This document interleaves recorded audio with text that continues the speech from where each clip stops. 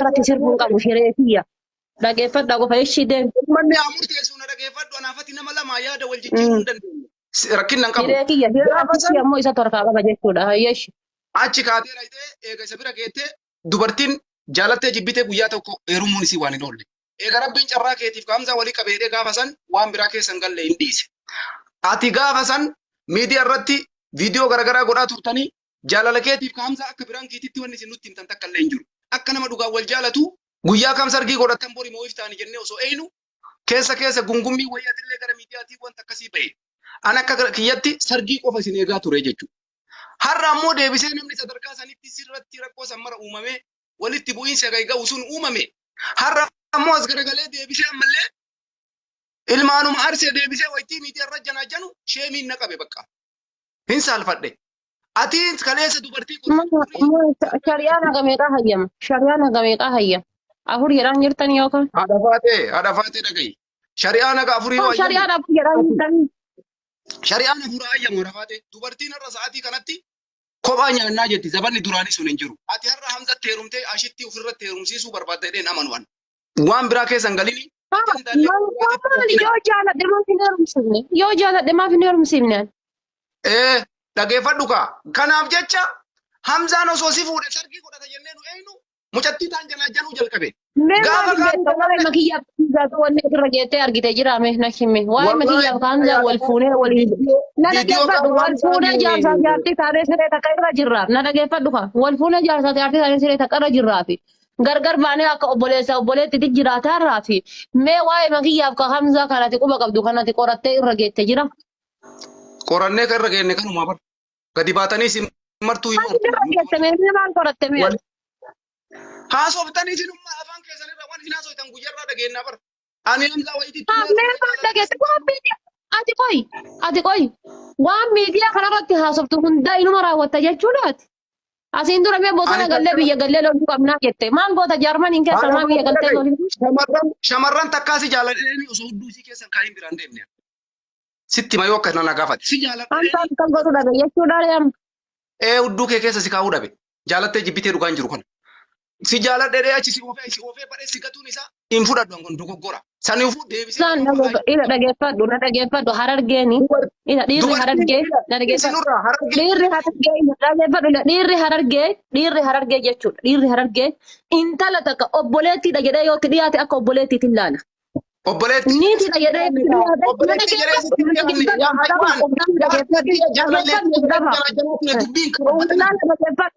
dhageeffadhu wallaala ka jiran miidiyaa jiraatu dhageeffadhu na dhageeffadhu wallaala dhageeffadhu irdaataa faranjiin sirraa dhaabdetu mataa si nyaataa jira dhageeffadhu malaa waan dhunne hadha dhageeffadhu takka fayyoo niitiiti akka niitiiti waliin jiraata dhiirri hargee dinkaa dalaguudhaa fi paarsantii muraasa ishii paarsantii muraasa kanaaf obboleessa kiyya dhageeffadhu obboleessa kiyya dhageeffadhu in argite dhageeffadhu. Misnaan jedhamu jaalallee isaa turtee wal jaalattanii achi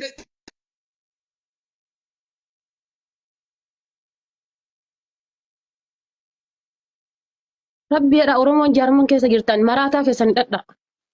Oromoon Jaarmaniin keessa jirtan maraataa keessan hidhadha. Wallahi Oromoon Jaarmaniin keessa jirtan maraataa keessan hidhadha. Wallahi maraataa keessan hidhadha. Anuma dhiifama narraa godhi. Wallahi dhiifama narraa ta'i. Ati dhiira rarraafattee sadi qabda siin hin jedhu. Rarraafattee cidhaan sadi qabda siin hin jedhu dhiifama narraa ta'i. Dhiirti dhiira hinaaftu rarraafattee cidhaan sadi qabda siin hin jedhan hoolaadha siin jedha malee jechuudha. Hoolaa ila argitee hoolaa afaan osoo deemu biyyaa bahee siin jedha jechuudha. Ila argitee biyyaa bahee siin jedha. Tokkoffaa porofaayilii jechuudha waaqoo guutuu gadi buusi. Lammata maqaa baaleefa jedhu kan ofirraa jijjiiriiti. Amadi jedhi maqaa kan kee kana bareedaa nama gaafadhuuti sanumaan deemi. Maqaa gandaatiin gandaaf ganda walitti hin naqin. Ati uf dhabaadha argite uf barbaaduu si barbaachisa. Argite uf barbaaduu si barbaachisa. Deemiiti mana yaalaa deemiiti uf barbaadi. Irdaataan sirraa dhaabatee kakara barandaa bultu rakkattee cannaqamtee jiraatarta argite. Obboleessa kiyya diyaasbooraan waa hedduu dalagaara UK taa'ee. Diyaasbooraan Faransaay taa'ee waa hedduu dalagaa jira.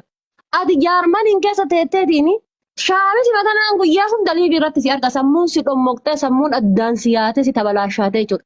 An dhiira baalee hoolaa akka kan keetiin hin argine wallaahi dhiirri baalee dhiira yoo laalanii fiizikaalli isaanii nama simatu. Dhiirri baalee dhiira yeroo isaan nama bira dhufan shittoon isaanii nama simattu. Agareen isaanii, rifeensi isaanii, uffanni isaanii nama simatu dhiirri baalee akkasit beeka.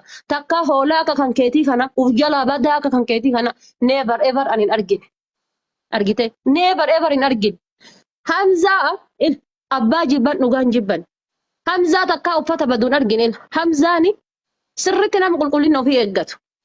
Ammas nama jireenya isaa keessatti fanii jaalatu. Fanii jaalata Hamzaan kolfuu fi taphachuu jaalata.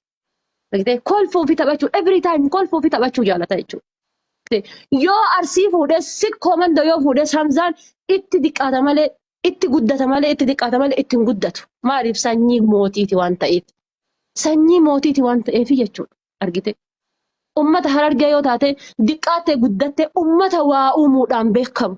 Sanyii waa oomishuudhaan beekamtu jechuudha.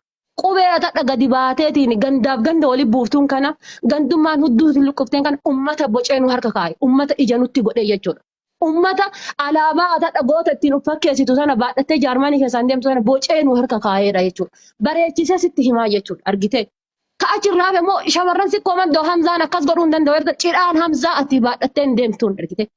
Cidhaan Hamzaa ati baadhattee deemaan hin jirtu. Argite. Shamarran Oromoo kutaa 11 qaaliidha. Asii yoo achi garagaltee warra Taaddee Birruu Shawaa ummata qaaliidha. Achi yoo garagaltee jechuudha Harargeen qaaliidha. As yoo garagaltee Walloo warqituun qaaliidha. Argite. Wallagga akkasii warqiidha. Shamarran kutaa 11 hundisii qaalii fi gaarii namaati.